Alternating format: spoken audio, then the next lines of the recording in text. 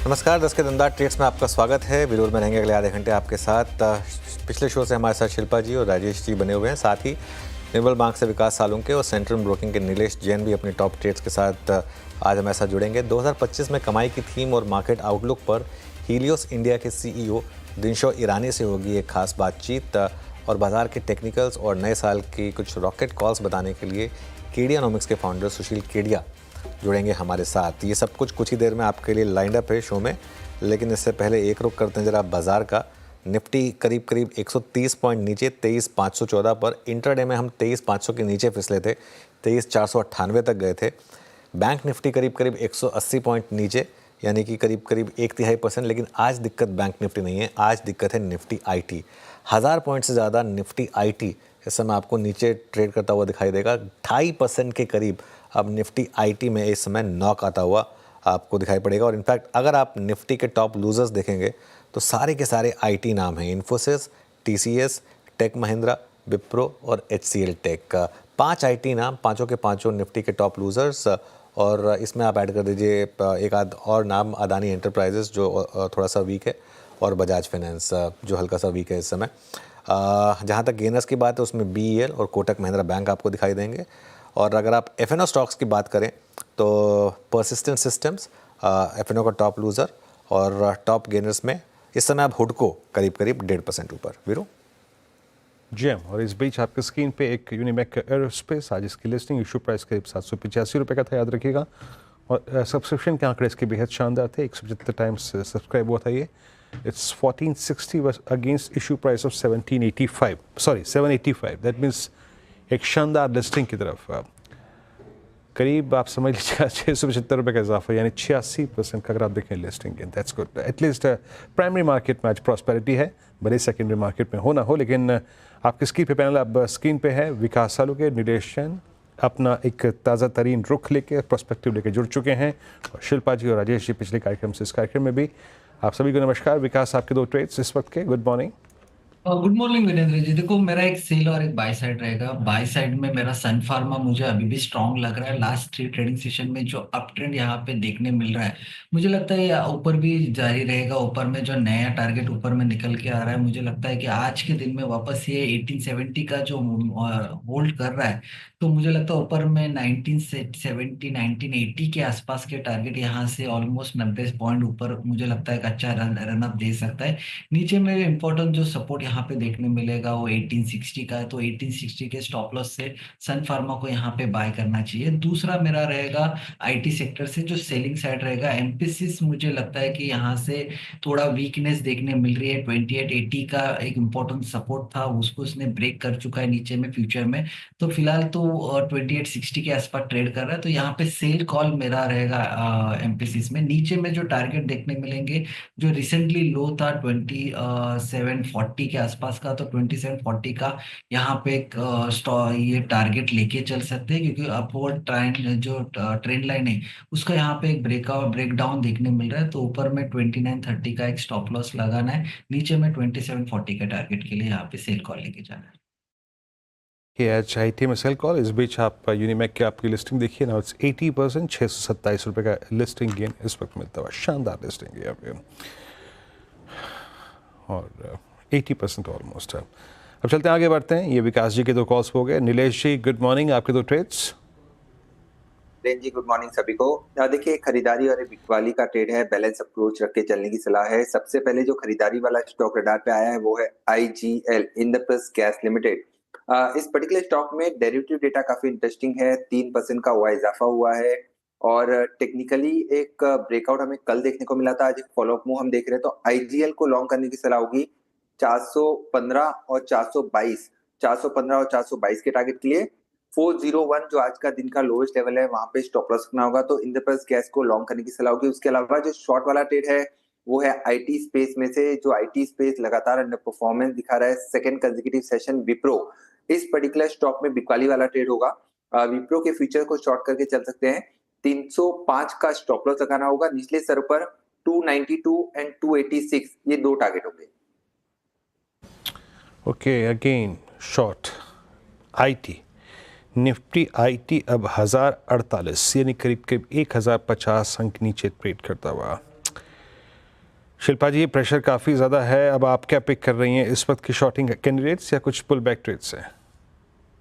नहीं, मैं दोनों सेल का कॉल से दूंगी। यहाँ पे मेरा पहला रहेगा सेल कॉल इंडिया मार्ट में।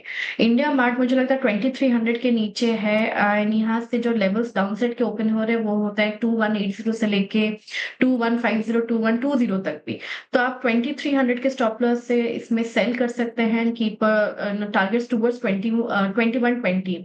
किसी को ऑप्शंस के थ्रू ट्रेड करना है तो 2300 का पुट मैंने आज प्रभुदास लीलाधर में भी रेकमेंड किया है 60 रुपीज में। आप इसमें भी पार्टिसिपेट कर सकते हैं। Keep a stop loss of 45 यहाँ पे, यार मुझे लगता है कि ये भी अगर सही जाता है तो 85 से 100 तक भी आपको मूव करते हुए दिखेगा।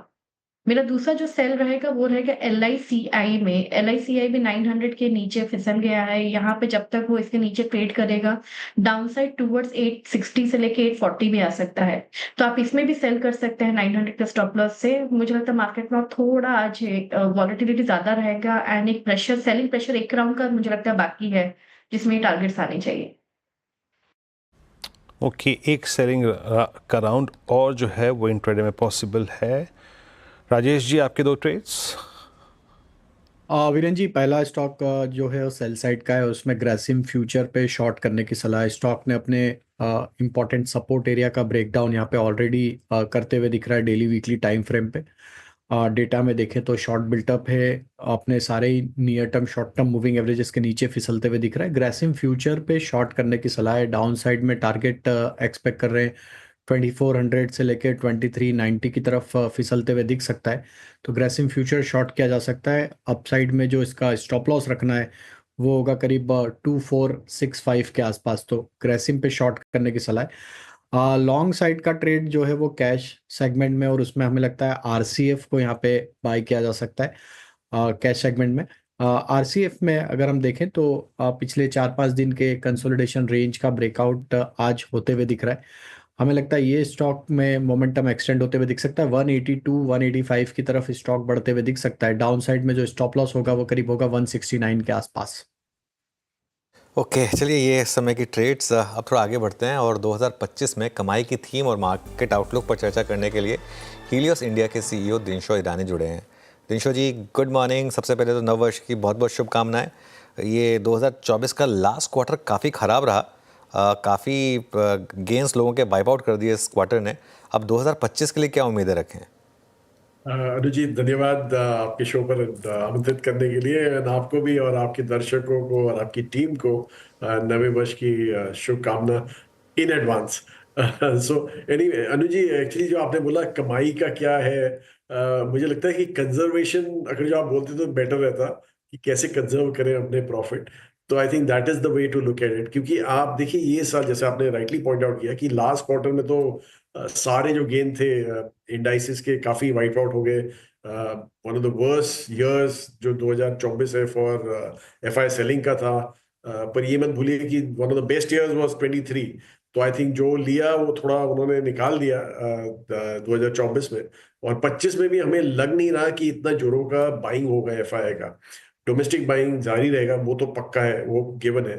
और दूसरा जो आपने बोला कि कमाई क्या करें, देखिए एक्चुअली आप देखें जो नैरो इंडेक्स है हमारा, जो लार्ज कैप इंडेक्स है दैट इज निफ्टी 50, वो चला ही बहुत कम है, 10% के आसपास। I think year to date पूरे साल का उसका ग्रोथ है वहां पे। वो मुझे लगता नहीं है प्रॉब्लम रहेगा। हमें ऐसा उल्टा लगता है कि शायद निफ्टी 50 आपको वही जैसा रिटर्न दे, लार्ज कैप के आसपास का जो आपने देखा लास्ट ईयर का रिटर्न, वही शायद आपका रिटर्न रहेगा ये साल भी। लेकिन जो आपके ब्रॉडर इंडाइसेस है, जो NSE 500 है, जहां पे आई थिंक 16% के आसपास कुछ रिटर्न आया है ये साल, वो शायद मुश्किल रहेगा टू अचीव।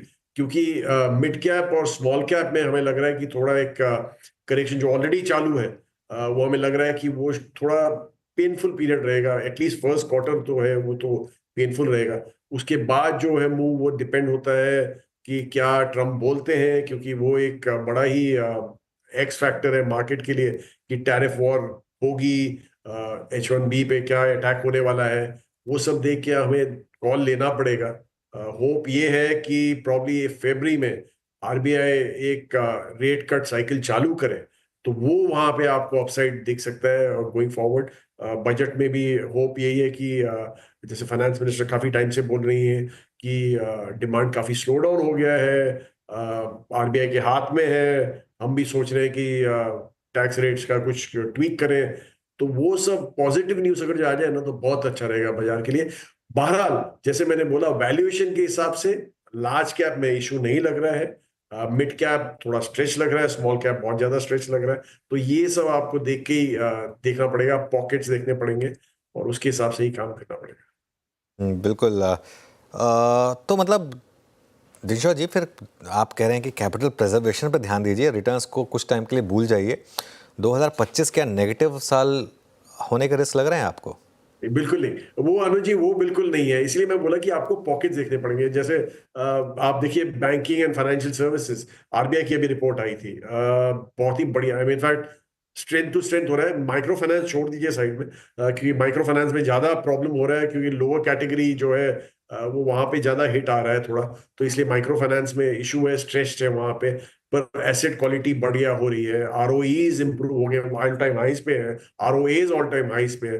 तो वो सब आपको वैसे वैसे सेक्टर्स आपको ढूंढ के करने पड़ेंगे, आपको सेफ्टी देखनी पड़ेगी। इसलिए वैल्यूएशन एक पैरामाउंट फैक्टर रहेगा इस मार्केट में, जो आपको संभल के करना पड़ेगा। सारे जो आपने देखा मिड कैप में भी प्रॉब्ली ऐसा एक पॉकेट है जहां पे सारे पैसे जा रहे थे। वो आई थिंक अभी आपकी आज की तारीख में थोड़ा आपको थोड़ा पीछे हट के देखना पड़ेगा कि वैल्यूएशन वहां पे कैसे दिख रहे हैं। मिड कैप में भी है वैल्यूएशन, इसलिए अब हमारा पोर्टफोलियो देखिए तो हमारे पास 20% मिड कैप और स्मॉल कैप दोनों है हमारे पास। हमारे फ्लेक्सी कैप की अगर बात करें तो उसमें क्योंकि हमें वैल्यूएशन देख के काम करना पड़ेगा। I don't think across the board होगा। दिनशा जी नमस्कार, वीरेंद्र बोल रहा हूँ। मेरी तरफ से भी आपको वर्ष 2025 की अग्रिम शुभकामनाएं। ये आखिरी दिन जो ये आरबीआई की फाइनेंशियल स्टेबिलिटी रिपोर्ट आई है, जिसमें आने वाले वर्ष में एनपीएस बढ़ने का एक रेड फ्लैग रेज किया गया है, and specially for private banks. इसको सुनने के बाद, देखने के बाद, समझने के बाद आप चिंतित हैं क्या? और बैंक्स पिछले 20 दिन में जो हैमरिंग हुई है यहाँ पे स्पेशली एफआईज की तरफ से, क्या अभी प्रोन है बैंक्स और प्रॉफिट बुकिंग के या फिर शॉर्टिंग के लिए? वीरू जी एक्चुअली आपने बहुत ही बढ़िया सवाल पूछा ये, क्योंकि private sector banks across the board, जैसे मैंने बोला कि आपको you can not, I mean आप पूरा अक्रॉस द सेक्टर आपको प्राइवेट सेक्टर बैंक पसंद है तो सारे लेने प्राइवेट, वैसा नहीं होना चाहिए। आपको बड़ा कंजर्वेटिव रहना पड़ेगा आपके इसमें। इसलिए आप हमारा भी पोर्टफोलियो देखें, हमें प्राइवेट सेक्टर बहुत पसंद है, प्राइवेट सेक्टर बैंकिंग बहुत पसंद है, लेकिन बहुत ही सिलेक्टिवली हमने एक्सपोजर लिया है वहां पे। काफी सारे प्राइवेट सेक्टर बैंक है जो हमारे पास नहीं है, और वो हमने इसलिए कैसे किया कि हमने देखा कि जब स्ट्रेस सिस्टम में हुआ तो कौन से banks came out with flying colours, बहुत ही बढ़िया जो तरीके से जिन्होंने अपनी एसेट क्वालिटी मेंटेन की, वो सारे हमने बैंक्स अपने पास रखे हैं। तो इसलिए आप देखिए कि जैसे लास्ट क्वार्टर में जो सितंबर क्वार्टर में नंबर आए थे, काफी बैंकों ने इतने बेहुदा नंबर प्रेजेंट किए ऑन द एनपीए साइड कि काफी हद तक 20-20% करेक्शन देखा है आपने। वो बैंक हमारे में मिसिंग थे, कि हमने वही स्ट्रेस टेस्ट करके देखा कि कौन से बैंक्स अच्छे हैं और जो हमें एक्सपोजर लेना चाहिए। तो इसलिए आपको काफी कंजर्वेटिव रहना पड़ेगा, और जो आरबीआई फ्लैग ऑफ कर रहा है वो बिल्कुल ही जायज है, क्योंकि काफी बैंक ने ग्रोथ के चलते एसेट क्वालिटी कॉम्प्रोमाइज की है। तो उसमें आई थिंक आपको सावधान रहना पड़ेगा, आपको सिलेक्टिव रहना पड़ेगा। I think I stop there. और फाइनेंशियल सर्विसेज जो बात करें, जो नॉन लेंडर्स है, वहां पे तो हमें बहुत ही अच्छा ग्रोथ दिखता है। ऑब्वियसली वैल्यूएशंस काफी स्ट्रेस्ड है वहां पे, आपको भी वहां पे भी थोड़ा हटके करना पड़ेगा, देख के लेना पड़ेगा। लेकिन फाइनेंशियल सर्विसेज वन सेक्टर जो आप अगर जो इतिहास भी देखें, जो कंट्रीज चली हैं, जो इंडिया एक्सपेक्टेड इकोनॉमीज चली हैं, जिन कंट्रीज की जहां इंडिया एक्सपेक्टेड है अभी नेक्स्ट 4-5 साल में, फाइनेंशियल सर्विसेज हमेशा बहुत बढ़िया किया है, क्योंकि वो they are not only gatekeepers to wealth but they are gatekeepers to the growth also. So इसलिए हमें लग रहा है कि वो सेक्टर कंटिन्यू करेगा ऑन द वे अप। अच्छा, बात करते करते दिनशा जी के साथ निफ्टी 23,500 तोड़ गया। अभी इंट्राडे में जो लो लगा के आया, अभी करीब 23,471 के जोन में आके ट्रेड करता हुआ। डे लो अभी जो क्रिएट किया वो था 23,465, और यकीन मानिए वीकली चार्ट्स पर उसकी सिग्निफिकेंस है। हमारा जो 22 नवंबर का हफ्ता था, वीक था, उसका लो था 50 वीक एक्सपोनेंशियल मूविंग एवरेज। और आज हमने इसी चर्चा के दौरान उस एवरेज को, हालांकि अभी तो हफ्ता पूरा होना, अभी तो सिर्फ शुरुआत है, रिविजिट कर लिया। बट अभी एक शॉर्टिंग का और लॉन्ग अनवाइंडिंग का जोन और एक क्लस्टर और एक स्पेस और बना हुआ है दिनशॉ जी, और वो है कैपिटल गुड्स।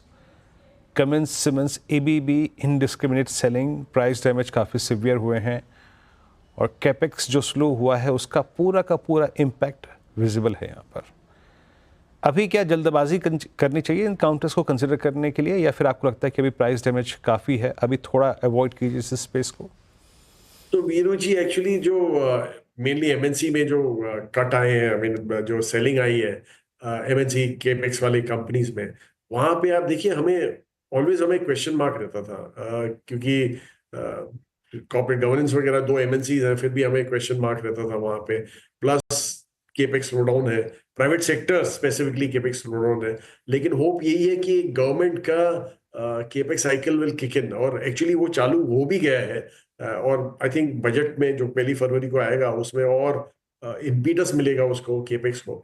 तो वो अगर जो आप देखें तो उसके हिसाब से हमें लग रहा है कि कोई एक आध कंपनी होगी जो बहुत ही बढ़िया करेगी, जैसे पावर सेक्टर में तो एक आध कंपनी है जो आप नाम लिए, एक ही कंपनी एक्चुअली वहां पे जो ऑल्टरनेट पावर सप्लाई करती है वगैरह वो सब। तो उसके चलते हमें लग रहा है कि यूटिलिटीज वगैरह के हिसाब से आपको देखना पड़ेगा वो सब कंपनियों को, and ultimately valuation is king. आपको वही देख के काम करना पड़ेगा। केपेक्स साइकिल किक इन होता है तब भी आपको यही सब कंपनियां अच्छा ग्रोथ देती है। और दूसरा, जैसे मैं अपने यहाँ इंटरव्यू में आने पहले मैं हमारे सेल्स वालों को बोल रहा था, काल चक्र की तरह है हमारा बाजार भी। करेक्शन आएगा, उसके बाद में आपको वैल्यूएशन दिखेगा, और फिर वापस आपको दिखेगा कि वहां पे ग्रोथ है कि नहीं, और उसके हिसाब से you start taking a call on the stocks. और वही आपको देखना है, सिलेक्टिव रहना है। इसलिए आप हमारा पोर्टफोलियो देखिए, 40% फाइनेंशियल एंड सर्विसेज है हमारा, 20%, 25% हमारा कंजम्पशन है, डिस्क्रिशनरी स्पेस रादर, और वहां पे भी बड़ा सिलेक्टिवली है। जैसे टूरिज्म हमें बहुत अच्छा लगता है, होटल इंडस्ट्री हमें बहुत अच्छी लगती है, तो आपको देखिएगा वहां पे है। प्लेटफॉर्म कंपनीज हमें बहुत अच्छी लगती है, तो वहां पे भी हमारा काफी एक्सपोजर है। तो ये सब सिलेक्टिव बैटिंग करना पड़ेगा आपको, and you can't be across the board painting the whole market with the same brush. वो नहीं होने वाला है यहाँ। अच्छा दिनशॉ जी, आपने काफ़ी पैसा बनाया पिछले साल न्यू एज कंपनीज में, चाहे पेटीएम हो, आई थिंक जोमेटो पर भी आपने बेट लिया था। अभी इस साल में वो कंटिन्यू रहेगी बेट? जी बिल्कुल Anu ji, in fact not only Zomato, हम तो स्विगी में भी एंकर इन्वेस्टर थे, तो हमें तो वहां पे भी अच्छा दिख रहा है। क्योंकि एक्चुअली देखा जाए तो इंडस्ट्री दो लोगों की होती है हर ग्लोबली, तो इसलिए वो और नॉट ओनली दीज थ्री जो आपने नाम लिया, काफी हमारे पास प्लेटफॉर्म कंपनीज है। फार्मा स्पेस में हमारे पास एक प्लेटफॉर्म कंपनी है, ऑटो इंडस्ट्री में हमारे पास एक प्लेटफॉर्म कंपनी है, इंश्योरेंस की प्लेटफॉर्म कंपनी। तो काफी ये जो न्यू एज कंपनीज है हमें काफी अच्छी पसंद है, और यही फ्यूचर है। क्योंकि आपको एक तो आपको चाहिए कि कोई ऐसी कंपनी हो जो वहां पे आपको एग्रीगेटर जैसा मॉडल मिले, वो यही कंपनी ऑफर कर सकती है। और इसलिए हमें लग रहा है कि आगे चल के एज एंड व्हेन जैसे ही आपका पर कैपिटा बढ़ता है, इवन नहीं बढ़ता है, तो भी these guys benefit because they give you a lot of utility on the table at a price। तो इसलिए हमें लग रहा है कि ये सब कंटिन्यू रखेंगी, और काफी हद तक हमें पसंद है। और ये जो आप सेलिंग एक्चुअली आप भी देख रहे हैं, वो प्रॉब्ली एक ईयर एंड की सेलिंग है, जहां आपको मौके भी मिल सकते हैं खरीदारी के। इसलिए हमें लग रहा है कि प्रॉब्ली एक ट्रफ सा आपको दिखेगा मार्च क्वार्टर में, और उसके बाद हमें लग रहा है कि if things work out the way we are expecting them to, Bajaj should to continue on this growth phase. But obviously इतना यूफोरिया भी नहीं होगा मार्केट में, क्योंकि एज आई सेड कि ये साल आपका मोर ऑफ कंजर्वेशन का साल रहेगा हमारे हिसाब से। दिनशॉ जी, बहुत बहुत शुक्रिया आज हमारे साथ जुड़ने के लिए और हमसे बात करने के लिए इन सब टॉपिक्स पर। एक बार फिर से आपको 2025 की बहुत बहुत शुभकामनाएं। धन्यवाद। चलिए आगे बढ़ते हैं, और अब हमारे साथ केडियानॉमिक्स के फाउंडर सुशील केडिया जुड़े हैं 2024 के आखिरी इंटरेक्शन के लिए। Sushil ji, good morning. ये आप कहाँ हैं? गोवा में कहाँ हैं? थोड़ा घूम फिर रहे हैं बस अनुज जी, पूरा साल मेहनत की, अब थोड़ा सा रिलैक्स कर रहे हैं। हाँ, कहाँ ये मुंबई तो नहीं लग रहा, कहाँ गोवा में कहाँ पे हैं? मुंबई के बाहर ही है। तो बोल दीजिए ना गोवा में है। हाँ गोवा है। हाँ वो दिख रहा है पीछे की, वो हवा से पता चल जाता है एक्चुअली, पीछे के एनवायरनमेंट से पता चल जाता है कि कहाँ पर है। तो मार्केट में इतना कोहराम मचा हुआ है, आप गोवा जाकर रिलैक्स कर रहे हैं, थोड़ा हेल्प करिए लोगों की, बताइए कहाँ पर बॉटम बनेगा मार्केट का या कहाँ स्टेबिलिटी आएगी। बॉटम अभी बन रहा है। पीसीआर से अनुरोध है निफ्टी की चार्ट मेरे स्क्रीन पे दिखाएं। देखिए इमीडिएट इंट्राडे में बाई ट्रेड अभी फायर हो रहा है। पीसीआर कृपया इस चार्ट को दिखाइए मेरे स्क्रीन से। आ गई चार्ट? हाँ, ये देखिए टर्मिनल ट्रायंगल पैटर्न यहाँ बन रहा है, 1 मिनट चार्ट है और ये पूरा पुशबैक नीचे का खत्म हो गया।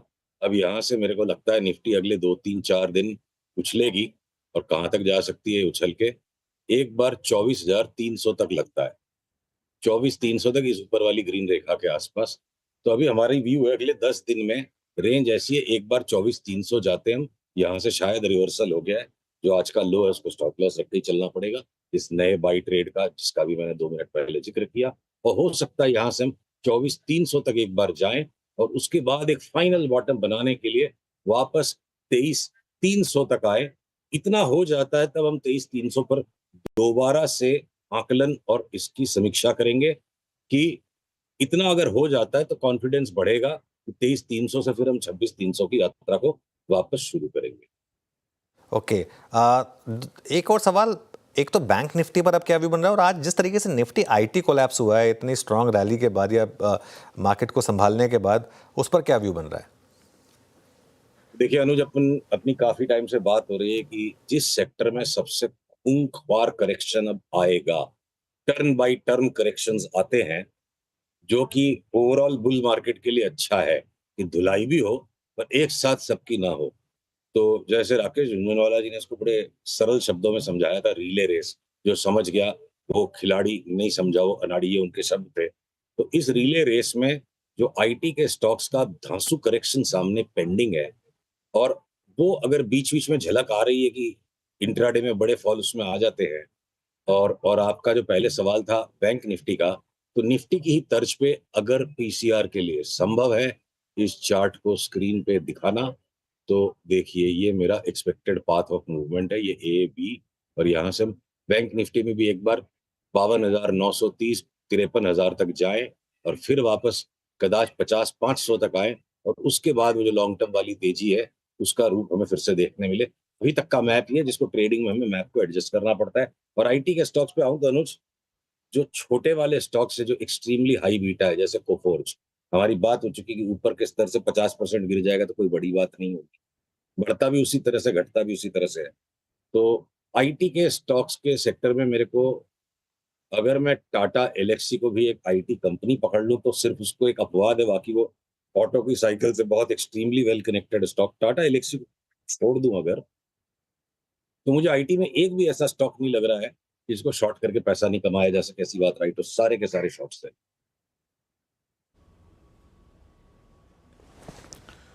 ओके, ये आईटी का जिक्र हो गया।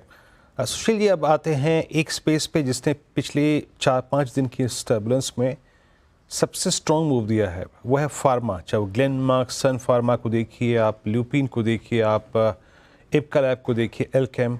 आपका फार्मा पे टेक क्या है इस वक्त? क्या लीड कर सकता है फार्मा अगले कुछ और, या फिर कुछ और वीक बेसिस पर? अभी तो फिलहाल भाई साहब ऐसा लग रहा है जैसे वो दिया बुझने के पहले जो आखिरी बार फड़फड़ाता है ना, तो फार्मा के स्टॉक्स उस तरह से आखिरी फड़फड़ाहट दे रहे हैं। आईटी के बाद जो सेकंड वर्स्ट करेक्शन आएगा वो होगा लार्ज फार्मास, और उसके साथ साथ स्मॉल फार्मा को भी जाना है। तो ये दिया बुझने के पहले की अंतिम फड़फड़ाहट लगती है फार्मा स्टॉक्स। तो आप शॉर्ट किसे करेंगे ऐसे सर्कमस्टेंसेस में, और कौन सा पॉइंट ऐसा है जो रिवर्सल जनरेट कर सकता है, या फिर किस लेवल के टूटने के बाद? सर फार्मा के बारे में हम शॉर्ट सेल्स के ट्रेड को नेक्स्ट वीक आपके साथ आइडेंटिफाई करेंगे। अभी अंतिम फड़फड़ाहट को पूरा होने दीजिए। शॉर्ट का जब पॉइंट आएगा तब देखेंगे। महाकवि कालिदास की तरह मैं पूरा काव्य पहले से रचने की हिमाकत नहीं कर पाऊंगा, साधारण मनुष्य हूँ। और इस वक्त हमारा फोकस है कि आईटी के स्टॉक्स को हम शॉर्ट लें। फार्मा को नेक्स्ट वीक देखेंगे, अंतिम फड़फड़ाहट को पूरा होने दीजिए पहले। ठीक है, नेक्स्ट वीक फार्मा के स्टॉक्स पे बात करेंगे। आपके स्टॉक आइडियाज क्या होंगे, लॉन्ग या शॉर्ट इस मार्केट में? लिस्ट वही की वही अनुज, थोड़ा बहुत आगे पीछे एडजस्टमेंट करना पड़ता है। मैं सारांश में सारी बातों को फिर से एक बार समेट दूं। तीनों बजाज के स्टॉक्स, बजाज फाइनेंस, फिनसर्व और बजाज ऑटो, निफ्टी की 2-3 हजार पॉइंट की रैली के लिए 20% रिबाउंड के लिए ठीक है। उससे ज्यादा बड़ा बुल मार्केट में सोचना गुनाह हो जाएगा। ये सारे के सारे लॉन्ग टर्म बेयर मार्केट में आ चुके हैं। इंट्री में एक बार 20% का उछाल है जो निफ्टी को ऊपर ले जाएगा। एफएमसीजी के A to Z stocks by हैं। आईटी फार्मा में हम एक एक करके सेल करेंगे। मेटल्स बिल्कुल चारों तरफ घूम रहे हैं तो उनको हम अवॉइड करेंगे, कोई थीम नहीं है मेटल्स में। लार्ज कैप्स में रिलायंस मेरे को लगता है मार्केट को सामने से लीड करेगा। ऑटोस के अंदर में हमारी प्रेफर्ड बेट है टाटा मोटर्स, जिसमें 50% तक की ऊपर जगह दिखती है। पहले 30% बढ़े, फिर उसको रिवाइज करके 50 करेंगे। रीबाउंड अगर आता है मार्केट का तो इवन मारुति उसको सपोर्ट कर सकती है, उससे ज्यादा की जगह मुझे नहीं दिखती है। हीरो मोटोकॉर्प भी वैसे उसको सपोर्ट कर सकता है। एफएमसीजी के स्टॉक्स में अनुज, जो स्टॉक पे मैं हमेशा संदेहास्पद सा रहता हूँ क्योंकि उसकी चार्ट में कोई लॉन्ग टर्म ट्रेंड नहीं है, पर बीच बीच में बड़े मूवमेंट वो दे देता है 40-50% तक के। तो एफएमसीजी में मेरी प्रेफर्ड बेट फिलहाल के लिए एक रेयर केस है डाबर होगी। और बैंक्स के अंदर अगर हम आ जाएं तो लार्ज बैंक्स में मुझे लगता है आदमी फंस जाएगा बुरी तरह। लार्ज बैंक्स में धुलाई होगी। अगर जब जब मार्केट का करेक्शन आएगा लार्ज बैंक्स बड़ा फॉल दे देंगे, और जब जब मार्केट की रीबाउंड ऊपर की तरफ चलेगी, इनमें बड़ी टेपिड मूव आएगी, तो हम छोटे वाले बैंक्स में, जैसे कि आरबीएल बैंक हो गया, इसमें मतलब ट्रक भर के माल लेने में कोई संकोच अब नहीं लगता है। इसका बहुत स्ट्रॉन्ग अप ट्रेंड अब खुलने लग गया है। बंधन बैंक लॉन्ग टर्म इन्वेस्टमेंट के लिए, निबलिंग के लिए अभी भी ठीक है। और शॉर्ट टर्म पंटिंग में चाहे वो आपका एयू बैंक हो, जाना स्मॉल फाइन, जितने भी स्मॉल फाइनेंस बैंक्स है, और इंश्योरेंस कंपनीज में खासकर एचडीएफसी लाइफ और एसबीआई लाइफ में हमें लगता है 50-50% तक का भी अपसाइड अगले 3 से 6 महीने में बन सकता है। तो फाइनेंस के स्टॉक्स हो गए, एफएमसीजी हो गया, ऑटो का पिक हो गया, फार्मा हो गया, और एक आपके केमिकल्स के अंदर आप समझ लो, चाहे उसको पेट्रोकेमिकल केमिकल में गिन लो। कैस्ट्रॉल पे अब हमारा नया कॉल कल ट्रिगर हुआ है 50 से 60% के अप्रूव का। Castrol, okay, very interesting. अच्छा सुशील, एक मैं चीज़ आपको बताऊं, एक आई थिंक 2-3 हफ्ते पहले शायद आपने एक जो व्यू लिया था, मुझे वो काफ़ी अच्छा लगा था। आपने कहा था कि जो यूएस बॉन्ड यील्ड है उसका चार्ट खुद कह रहा है कि चाहे फेड रेट कट भी कर दे फिर भी कोई बड़ी रैली की आप एक्सपेक्टेशन मत रखिएगा। अब आपको वो बॉन्ड मार्केट का चार्ट, डॉलर इंडेक्स का चार्ट 2025 के लिए क्या इंडिकेशन दे रहा है? क्योंकि 2025 के शुरुआत में फंड्स आकर अपने एलोकेशंस डिसाइड करते हैं, किस मार्केट में कितना पैसा डाला जाए, उस पर काफ़ी कुछ डिपेंड करता है। तो वो चार्ट्स क्या कह रहे हैं? देखिए, हमने जो प्लॉट निकाला था बॉन्ड यील्ड का, अ, अ, अगर अगर मैं उस चार्ट को पुल कर लूँ स्क्रीन पे, ये आ गई, तो हमारा गोल पूरा हो गया उस चार्ट पे। जो हमने अपसाइड प्रोजेक्शन बनाया था 4.64 का, वो प्रोजेक्शन पूरा हो गया। वहां से रिवर्सल आ रहा है। तो यूएस इंटरेस्ट रेट्स तो अगले 20-25 दिन घटनी ही चाहिए यहाँ से वापस एक बार 4.15 तक। पर अनुज, एक चीज आप देखिएगा, रिश्तों की संवेदनशीलता भी बदलती है जब रिश्ते बदलने वाले होते हैं।